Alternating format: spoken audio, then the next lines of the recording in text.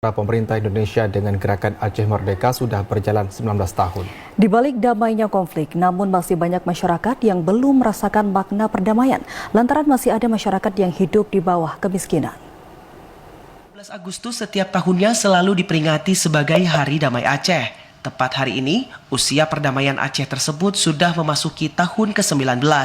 Namun di balik itu, belum sepenuhnya dinikmati oleh masyarakat. Salah satunya kesejahteraan masyarakat Aceh yang saat ini masih banyak yang berada di bawah garis kemiskinan. Sehingga perdamaian yang ditandatangani 19 tahun lalu masih dianggap belum diimplementasikan secara maksimal. Meskipun triliunan dana anggaran telah mengalir ke bumi Sultan Iskandar Muda, tak terkecuali dana otsus, namun pemerintah masih kelimpungan. Ketua Yara Aceh Jaya, Syahputra, menyampaikan jika melihat dari MOU Helsinki yang telah mencapai 19 tahun, kesejahteraan masyarakat masih rendah. Jika dilihat dari butir-butir MOU tersebut, masyarakat Aceh seharusnya sudah hidup sejahtera. Menurutnya, pemerintah Aceh sudah seharusnya mendesak pemerintah pusat agar butir-butir sebagaimana disebutkan dalam MOU tersebut bisa direalisasikan agar masyarakat Aceh bisa menikmatinya dan kesejahteraan bisa dinikmati bersama. Dari proses perdamaian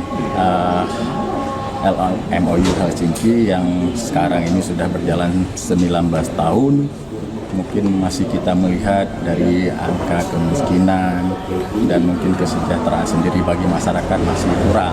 Yang mana seharusnya kalau kita melihat dari butir-butir MOU itu sendiri, butir perdamaian itu kalau benar-benar direalisasi sebagaimana seharusnya, mungkin kesejahteraan yang sampai sekarang ini 19 tahun sudah bisa dinikmati oleh masyarakat kita sendiri Aceh sendiri mungkin gitu ya. Oleh karena itu, kita sangat berharap semoga butir-butir MOU itu dapat benar-benar bisa dijalankan oleh pemerintah kita sendiri maupun nasional.